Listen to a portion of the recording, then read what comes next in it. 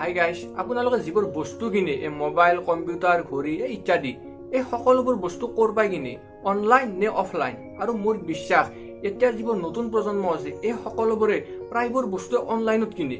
কিয়নো আজিনো কোনে দোকানে দোকানে যায় ঘড়ী, মোবাইল, কম্পিউটাৰ, এইবোৰ লেপটপ এই সকলোবোৰ চাই কোনে কিনি আনিব? কাৰো সময়ে নাই। তো মোবাইলতে চাব আৰু অৰ্ডাৰ কৰিব, আৰু সেই বস্তুটোৱে 2-4 দিন পিছত নিজৰ ঘৰত আহি উপস্থিত হ'ব। কিন্তু এনে কিছুমান ব্যক্তি আছে যে অনলাইনত বস্তু কিনিব বিশ্বাস নকৰে, মানে ভয় কৰে অনলাইনত বস্তু কিনিব, যে বস্তুটো নাহে নেকি। তো এনেকুৱা ব্যক্তিৰ পালাত ময়ো পৰিছোঁ যে অনলাইনত বস্তু কিনিব ভয় কৰে। আৰু এইকাৰণে কৈছোঁ, মোৰে এজন খুৰা টিচাৰ হয়, এটা মোবাইল ল'ব, আৰু খুৰাই মোক কৈছে যে এটা মোবাইল ল'ম, কি মোবাইল ল'লে ভাল হ'ব।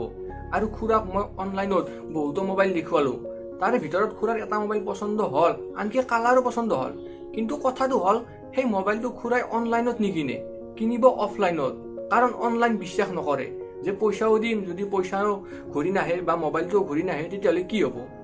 আৰু মই ভাবিলোঁ অকল খুৰাই নহয়, ইয়াৰ ভিতৰত আৰু কিছুমান ব্যক্তি আছে যিয়ে অনলাইনত বস্তু কিনিব ভয় কৰে বা বিশ্বাস নকৰে। তো কিয় বিশ্বাস নকৰে? তো তাৰ ওপৰত ভাবি শুনি আজি এইটো ভিডিঅ' আৰম্ভ কৰিবলৈ চেষ্টা কৰিছোঁ। বলক ভিডিঅ'টো আৰম্ভ কৰোঁ। আপোনালোকে চাওক, যিবোৰ ডাঙৰ ডাঙৰ অনলাইন মাৰ্কেট আছে যেনে এমাজন, ফ্লিপকাৰ্ট, এই সকলোবোৰে মানুহক সদায় আকৰ্ষণ কৰিব বিচাৰে। আৰু ইয়াৰ বাবে ইয়াৰ অনলাইন বিক্ৰীৰ হাৰ দিনক দিনে বাঢ়ি গৈছে, ই কমি অহা নাই।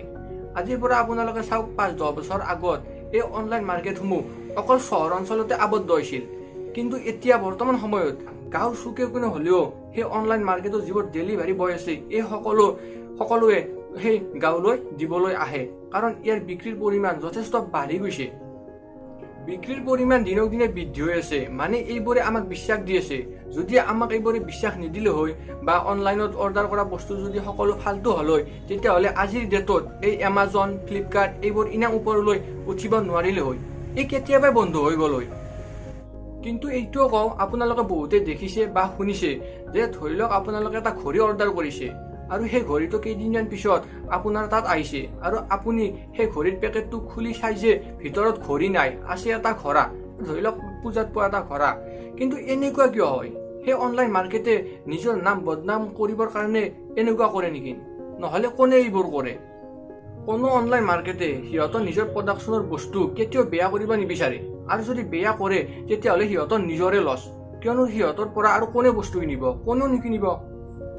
আৰু অনলাইনত অৰ্ডাৰ কৰা বস্তু যেতিয়া এমাজন, ফ্লিপকাৰ্ট এইবোৰৰ পৰা পঠিয়ায়, তেতিয়া আপুনি যিটো বস্তু বিচাৰে সেই বস্তুটোৱে দিয়ে, আৰু তাত বঢ়িয়াকৈ ধুনীয়াকৈ পেকেজিং কৰি দিয়ে, আৰু যাতে এই পেকেটবোৰ কোনেও খুলিব নোৱাৰে।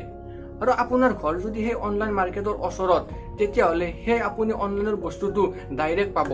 আৰু যদি আপোনাৰ ঘৰ কোনো এই গাঁৱৰ ভিতৰুৱা অঞ্চলত, তেতিয়াহ'লে সেই বস্তুটো অনলাইন মাৰ্কেটৰ পৰা আপুনি আপোনাৰ হাতত ডাইৰেক্ট নাপায়, তাত বহুত ধৰণৰ ব্যক্তিৰ হাতৰ পৰা যায় সেই বস্তুটো আপুনি পাব। আৰু সেই বস্তুবোৰ ডেলিভাৰী বয় এজনৰ পৰা সিজন, সিজনৰ পৰা সিজন, এনেকৈ বহুত ডেলিভাৰী বয় বাগৰিয়ে আপোনাৰ হাতত সেই বস্তুটো আহিব। আৰু ইয়াৰ মাজত যদি কিবা খেলি মেলি হয়, আৰু এই খেলি মেলিৰ পৰাই আপোনালোকে হয়তো কেতিয়াবা ঘড়ী নাপায় বা ঘোঁৰা পায়, তো এইবোৰ খেলি মেলিৰ পৰাই হয়। আৰু আপোনালোকৰ হাতত ঘড়ীয়ে আহিল বা ঘোঁৰাই আহিল, তথাপিও চিন্তাৰ কোনো কাৰণ নাই, কিয়নো য'ৰ পৰা সেই বস্তুটো আহে তাৰ এটা ট্ৰেকিং আইডি থাকে বা অৰ্ডাৰ আইডি থাকে, আৰু এই অৰ্ডাৰ আইডিৰ ওপৰত নিৰ্ভৰ কৰি আপোনালোকৰ সেই বেয়া বস্তুটো বা আপোনালোকৰ যদি কিবা বেলেগ বস্তু আহিছে সেই বস্তুটো ৰিটাৰ্ণ কৰিব পাৰিব। আৰু যদি আপোনালোকক সেই বস্তুটোৱে নালাগে বা টকা লাগে, তেতিয়াহ'লে সেই টকাও আপোনালোকে পাব।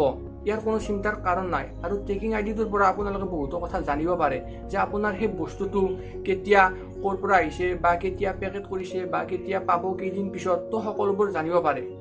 আৰু আপোনালোকৰ যদি সেই মোবাইলৰ গেৰাণ্টি বা ৱাৰেণ্টি আছিল, ইয়াৰ যদি নিৰ্ধাৰিত সময়ৰ ভিতৰত সেই মোবাইলটো বেয়া হৈছে, তেতিয়াহ'লে সেই ট্ৰেকিং আইডিটোৰ দ্বাৰাই আপোনালোকে সেই কোম্পানীৰ লগত বা সেই অনলাইন মাৰ্কেটৰ লগত যোগাযোগ কৰিব পাৰিব।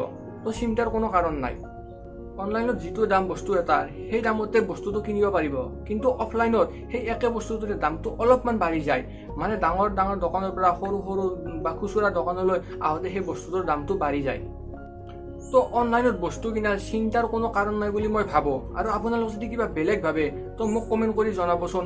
তো এইটোৱে আছিল আজি অনলাইনৰ ওপৰত বনোৱা ভিডিঅ'। যদি ভিডিঅ'টো ভাল লাগিছে তেতিয়াহ'লে লাইক কৰিব, কমেণ্ট কৰিব, শ্বেয়াৰ কৰিব, লগতে মোৰ এই চেনেলটো ছাবস্ক্ৰাইব কৰিব। তো আজিলৈ বাই।